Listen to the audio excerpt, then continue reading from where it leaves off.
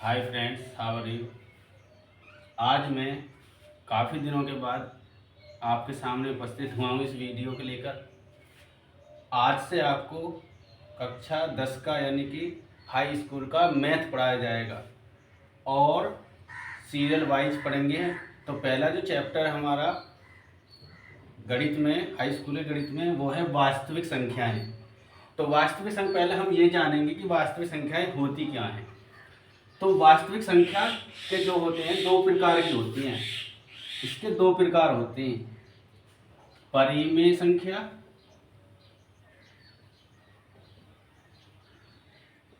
यानी कि इसमें परिमेय संख्या आती है और दूसरी आती है अपरिमेय संख्या।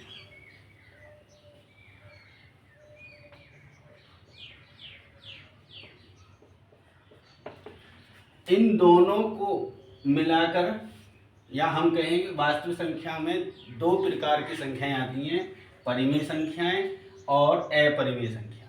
तो अब परिमेय संख्या क्या होती हैं? परिमेय संख्या वो संख्या होती हैं जिनको हम P बटे Q यानी कि P अपॉन Q के रूप में लिख सकते हैं, मगर Q का मान 0 नहीं होना चाहिए।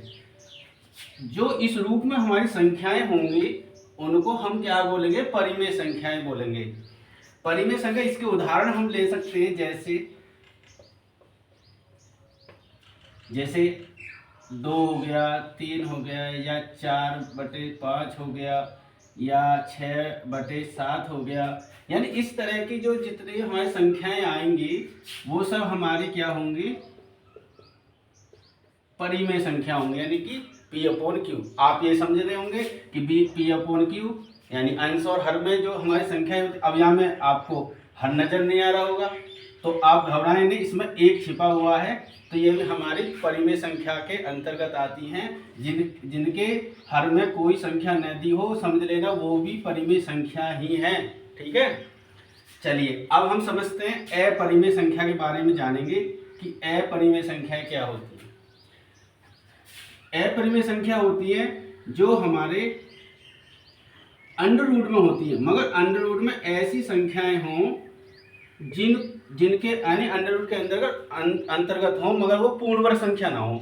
यानी उनका मान अगर हम निकालें तो वो लगभग में ही आता है, फिक्स नहीं निकलता है, लगभग में आता है, दशमलव में अगर हम इनका मान निकालेंगे। तो ये हमारी अंडर रूट के अंदर ऐसी संख्या जो पूर्ण वर्ग ना हो और अंडर रूट लगा हो तो समझ लेना वो अपरिमेय संख्याएं हैं। मगर अंडर रूट के अंदर 25 आ गया तो ये अपरिमेय संख्या नहीं है। क्यों नहीं है? क्योंकि इसका वर्गमूल कितना होगा? 5, और 5 के नीचे एक छिपा हुआ तो ये परिमेय संख्या। कभी आप सोचे कि इस पर भी अंडर रूट लग रहा है तो ये हमारी परिमेय संख्या। ये परिमेय संख्या नहीं है।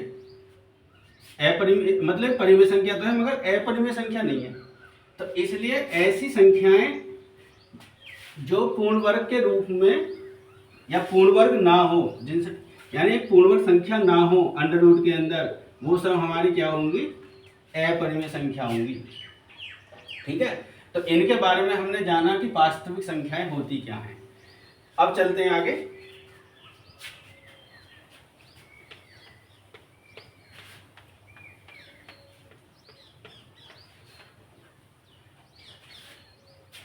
एक और मैं आपको बता दूं, वैसे तो इसमें आपकी जरूरत नहीं है मगर फिर भी बताता हूं आपको, काल्पनिक संख्याएं।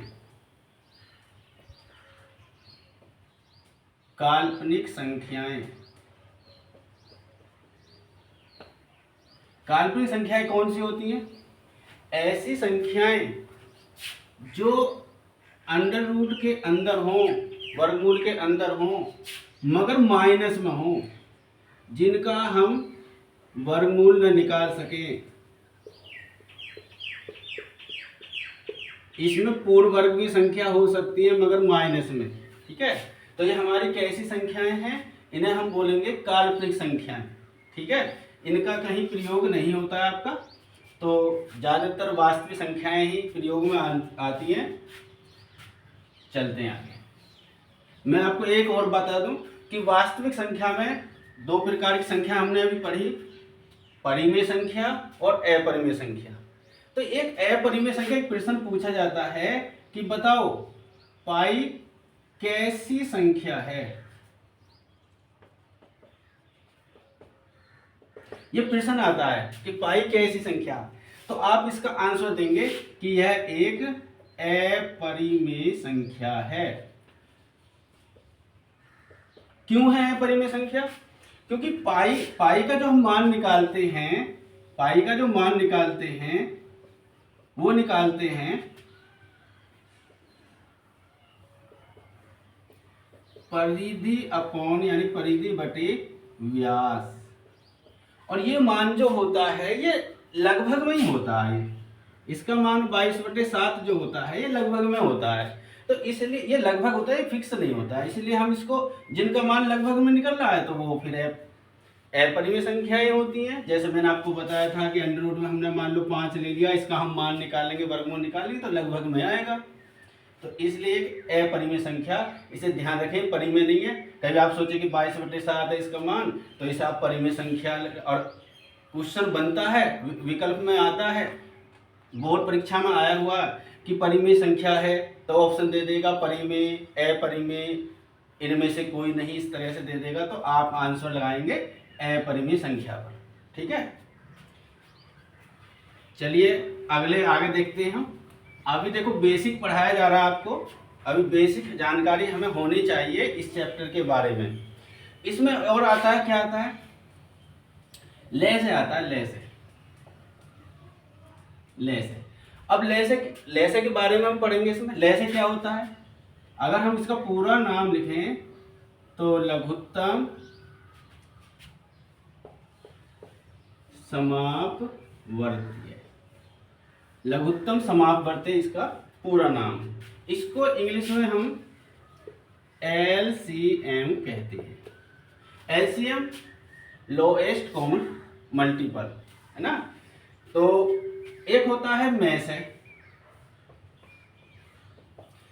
होता है महत्तम समापवर्तक, महत्तम समापवर्तक, जिसे HCF भी हम बोलते हैं इंग्लिश में, हाईएस्ट कॉमन फैक्टर और लोएस्ट कॉमन मल्टीपल। तो इनके, ये हम इस चैप्टर में पढ़ेंगे, तो इनके बारे में भी हमें जानकारी होनी चाहिए। ये क्या है, अच्छा ये लेसे क्या है, लेसे लघुत्तम समापवर्तक, यानी एक ऐसी संख्या, मान लो जैसे हम कह दें कि 3, 4 और 6 का लेसे निकालो, हम इसका लेसे निकालेंगे, अभाज्य गुणनखंड करेंगे, अभाज्य संख्या से काटेंगे इसे, तो सबसे पहली अभाज्य संख्या हमारी क्या होती है, 2 होती है। 2 से हम काटेंगे तो 2 दूनी, ये तो कटेगा नहीं, तो इसे ज्यों का त्यों उतार लेंगे, 2 दूनी 4 और 2 तिया 6। फिर 2 से काटेंगे, ये तो कटेगा नहीं, ये कट जाएगा, 2 एकम 2, पूरा चला जाएगा।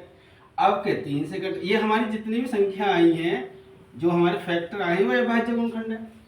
तो ये अभाज्य, अब इनके हम आपस में गुणा करेंगे, अगर हम इनकी आपस में गुणा करेंगे तो कितना आएगा, 2 दूनी 4, 4 तिया 12, 12 लेसे आएगा। तो ये लेसे क्या है, इस लेसे के बारे में जानेंगे। ये जो 12 आया है, अगर हम 12 में 2 का, इसका 3 का भाग दें, 4 का भाग दें, 6 का भाग दें, तो पूरी बार डिवाइड हो जाएगा। यानी कहने का मतलब ये है कि ये ऐसी छोटी से छोटी संख्या है जो इन तीनों से डिवाइड हो जाएगी।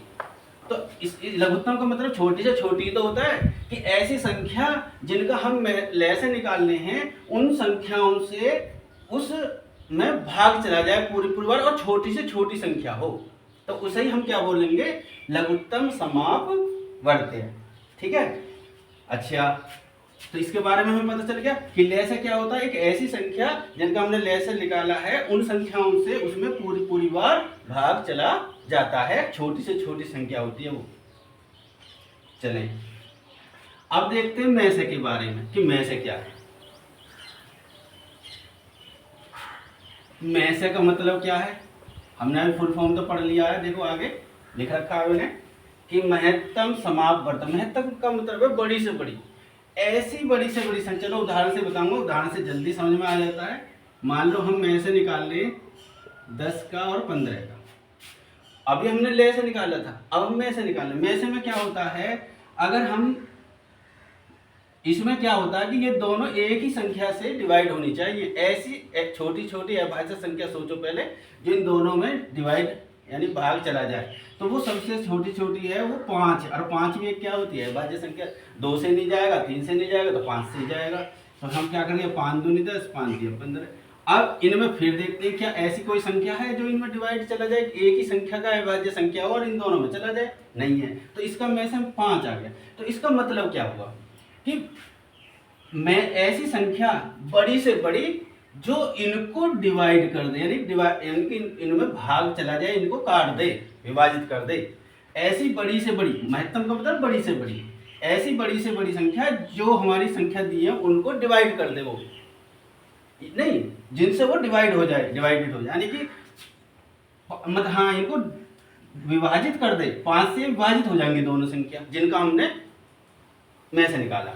ठीक है, तो ऐसी बड़ी से बड़ी संख्या जो दी गई संख्याओं को विभाजित कर दे और बड़ी से बड़ी हो, तो इसलिए उसे में से ही बोलते हैं। तो इनके बारे में हमने आज जाना कि ले से क्या होता है, में से क्या होता है। चलो अब हम अभ्यास में चलते हैं, स्टार्ट करते हैं। यार जो रह जाएगा उसे कल देखेंगे, क्योंकि ज़्यादा लंबी वीडियो हो जाएगी तो फिर अपलोड होने में दिक्कत होती है। तो चलते हैं पहले सवाल पर। पहला सवाल है, हम पढ़ेंगे तो पहला सवाल है, निम्नलिखित संख्याओं का HCF ज्ञात करने के लिए न्यूक्लिड विभाजन एल्गोरिथम का प्रयोग कीजिए। तो पहला सवाल जो है हमारा वो है, पहले सवाल का पहला शब्द यानी ए, इसमें है 135 और 225।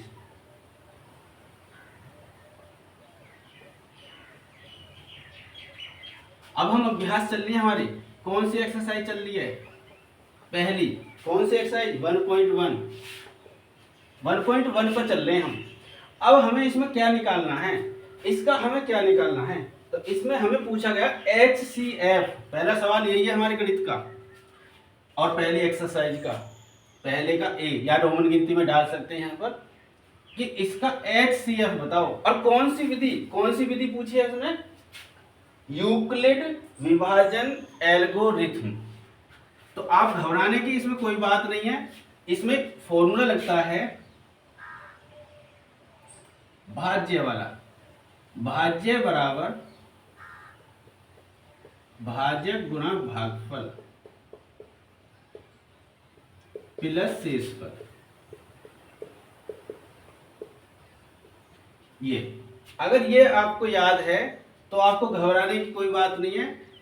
हमने वैसे सीखे होंगे, पहले भी छोटी क्लास में सीखे होंगे आपको में से ज्ञात करना, मगर यहाँ पर कौन सी विधि से यूज करो, मतलब निकलवा रहा एल्गोरिथम विधि से, है ना, यूक्लिड विभाजन एल्गोरिथम। ये घबराने वाली बात नहीं, आपने पढ़ा होगा कि भाग विधि से में से निकालना, तो वो ही है।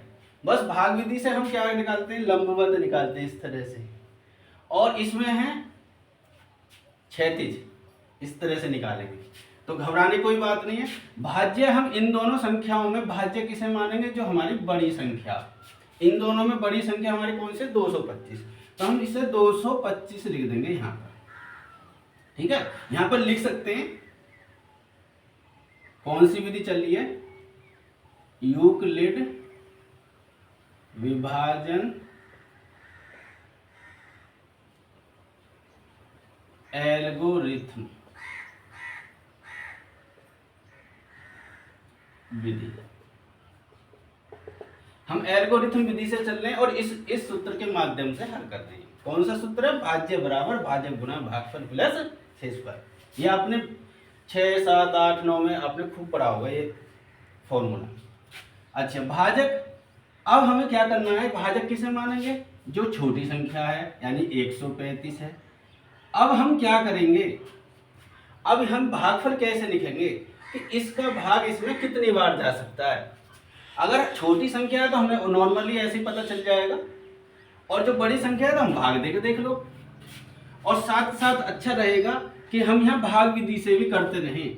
अगर हम भाग विधि से करते रहेंगे तो वही विधि है ये, तो इससे जल्दी आसान समझ में आ जाएगा। हम क्या करते हैं भाग विधि में, पहले कि इसमें भाग देंगे, बड़ी संख्या में छोटी संख्या को भाग देंगे तो हमें पता है कितनी बार जा रहा, एक बार जा रहा। अच्छा घटाएंगे 0 और यहाँ से घटाएंगे 12 में से गए तो 9, यानी कि हमें 90 आ गया। अब फिर हम क्या करते हैं, इस 90 का भाग किस में देते हैं, 135 में। तो 135 में हम भाग देंगे तो एक बार जाएगा 90 एकम 90, फिर घटाएंगे तो कितना आ जाएगा, 45 आ जाएगा। फिर 45 का भाग किस में देंगे, 90 में देंगे। तो कितनी बार जाएगा, 45 दूनी 90, यानी ये यहाँ पर हमारी डिवाइड हो गई। जब डिवाइड हो गई तो डिवाइड होने पर में से जिससे डिवाइड होती है लास्ट में आकर वही हमारे में से होती है 45। तो यही विधि है ये, बस ये लंबवत है, ये क्षैतिज है। ठीक है, तो कैसे करेंगे, या हम इसे वर्टिकल, ऐसे हॉरिजॉन्टल इंग्लिश में बोलते हैं। तो अब इसका हम भाग दे रहे हैं। तो देखो पहली बार में जब हमने 135 के इसमें भाग दिया तो कितनी बार गया, एक बार गया, तो यहाँ 1 लिख दो, प्लस शेष पर कितना बचा था, 90 बचा था, यहाँ 90 लिख दो।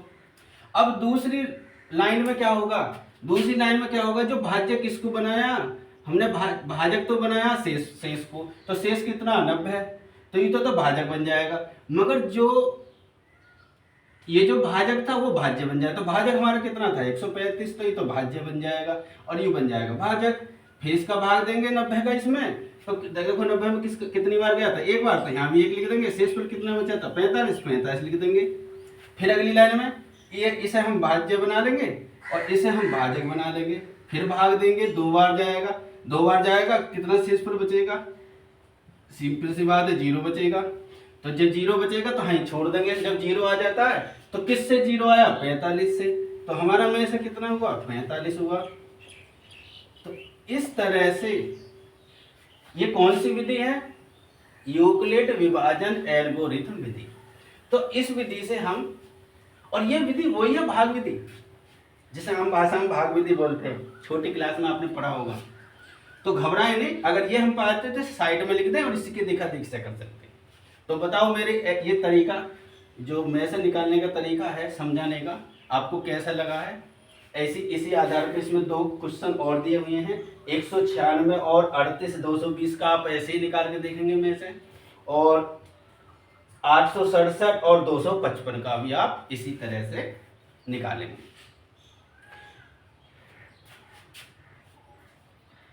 तो इस तरह से मेरी आज तो एक डेमो क्लास है, स्टार्टिंग करा। तो आप अगर आप चाहते हैं कि मैं इस सीरीज को चालू रखूं और बंद ना करूं, तो मेरा पढ़ाने का तरीका आपको कैसा लगा है कमेंट्स करें। और ज़्यादा से ज़्यादा मेरी, अगर आपको वीडियो पसंद आई है, मेरा पढ़ाने का तरीका पसंद आया, तो लाइक भी करें और मेरे चैनल को सब्सक्राइब बढ़ाएं। तो मैं इसको चालू कर दूंगा, मतलब कि ये कंटिन्यू रहेगी जब तक ये कोर्स पूरा ना हो जाएगा।